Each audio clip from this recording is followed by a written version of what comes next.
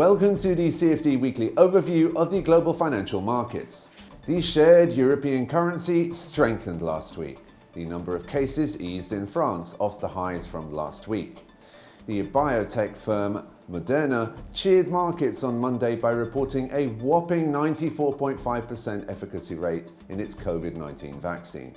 The British pound strengthened on post-Brexit optimism. Chief UK negotiator David Frost said an agreement could come as early as next week. Both sides have meetings in Brussels this week and are trying to make progress ahead of a EU leaders video conference on Thursday.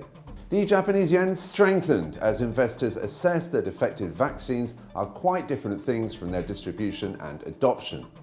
Narrowing yield differentials between the Japanese yen and Western countries' bonds provided additional support for the currency.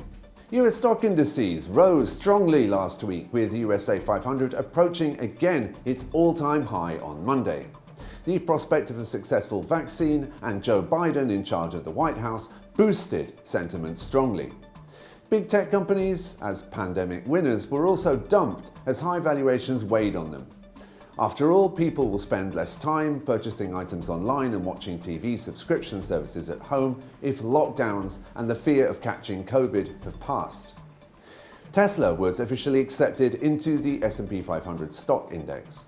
Gold prices continue to gradually rise on new post-presidential elections optimism and benefited from a softer dollar. Crude oil prices were sharply higher last week as investors welcomed positive vaccine news from Pfizer.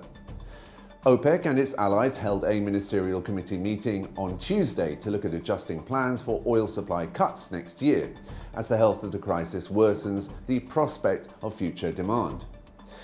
However, rising numbers of infections and US oil rigs weighed on oil prices. You've been watching the CFD Weekly overview of the global financial markets.